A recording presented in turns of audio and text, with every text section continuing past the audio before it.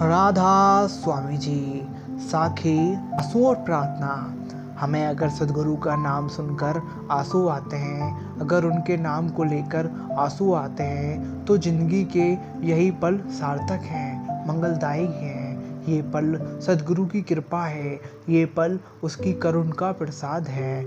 आंसुओं को रोकना मत, उनको बहने देना। उन आंसुओं में हमारा बहुत कूड़ा कटक बह जाएगा। इसके बाद हम तरोताज़ा अनुभव करेंगे, जैसे कि कोई स्नान हो गया है। आँखों से कंजूसी मत करना, बहने दो इन आंसुओं को। ये आंसू भीतर उठती किसी रसधार की खबर है। बस इतना ख्याल रहे कि इन आंसुओं को अपनी मस्ती जरूर बना लेना। इन आंसुओं को अपना रस, अपना आनंद बनाना है। सदगुरु के लिए यही हमारा सरल, सहज और निर्मल प्रार्थना है। अगर हम खुलकर हृदय से उनकी याद में रोना सीख लेते हैं, तो समझो इससे आगे कुछ और नहीं चाहिए उनको रिझाने के लिए, क्योंकि रोते रोते ही हंसना आ जाता है। उनके लिए रोना सबसे सरल और सबसे सहज साधन है, इसलिए उनको रिझाने के लिए रो। दरअसल आंसुओं से बड़ी कोई प्रार्थना नहीं है, आंसुओं से बड़ी और कोई प्रार्थना है ही नहीं। इसलिए हृदय पूर्वक रो, आंसू निखारेंगे, उनके करीब लेके जाएंगे। जो व्यर्थ है वे बाहर निकालेंगे। बाबा जेबल सिंह जी महाराज ने अनमोल वचन इस दुनिया को सराय समझो, मुसाफिर खाना समझो, तभी तो आप कोशिश करोगे मोक्ष का द्वार ढूंढने की। अगर यह सराय मुसाफिर खाना है, तो मंजिल कहाँ है? यह एहसास आपके अंदर में आना बहुत जरूरी है।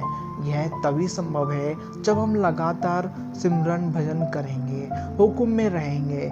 यह करने का मार्ग है। अल्लाह बात नाल कुछ नहीं होना, जिन्हें मर्जी दिन रात मैसेज कर दे रहिए, कुछ नहीं होना। असली हुक्म शब्द उनको सुनना ही है। यह बहुमूल्य समय कोड़ियों के भाव जा रहा है, इसको संभालो। भजन सिमरन धुन का अभ्यास करते चले जाओ, करते चले जाओ, जब तक आपको अपने घर की प्राप्ति ना हो। चाहे नानक के घर केवल नाम निदान। दुख मालिक से जोड़ता है। एक सूफी फकीर थे, शेख फरीद। उनकी प्रार्थना में एक बात हमेशा होती थी। उनके शिष्य उनसे पूछने लगे कि यह बात हमारी समझ में नहीं आती। हम भी प्रार्थना करते हैं और औरों को भी हमने प्रार्थना करते देखा है, लेकिन यह बात हमें समझ नहीं आती। आप रोज रोज यह क्या कहते हो कि प्रभु थोड़ा थोड़ा दुख रोज मुझे तू देते रहना, यह भी कोई प्रार्थना है? लोग प्रार्थना करते हैं सुख दो, और आप प्रार्थना करते हो थोड़ा थोड़ा दुख रोज देते रहना। बाबा जी ने कहा, सुख में तो मैं सो जाता हूँ और दुख मुझे जगाता है। सुख में मैं तो अक्सर परमात्मा को भूल जाता हूँ और दुख मुझे उसकी याद दिलाता है। सच्चा शिष्य केवल बातचीत से नहीं बना जा सकता है, इसके लिए उसे अपना तन मन और धन गुरु को अर्पण करना है, अर्थात अपने अहंकार को पूरी तरह खत्म करना है। गुरु का शिष्य सदा हर बात में संतुष्ट रहता है। वह कभी भी वेतन या पेश की तरह सेवा नहीं करता। वह तो मानो मोल खरीदा हुआ दास होता है। उसका स्वामी जो चाहे वही चाहेगा। सेवा कराए उस दास की ओर से कभी भी किंतु परंतु नहीं होता।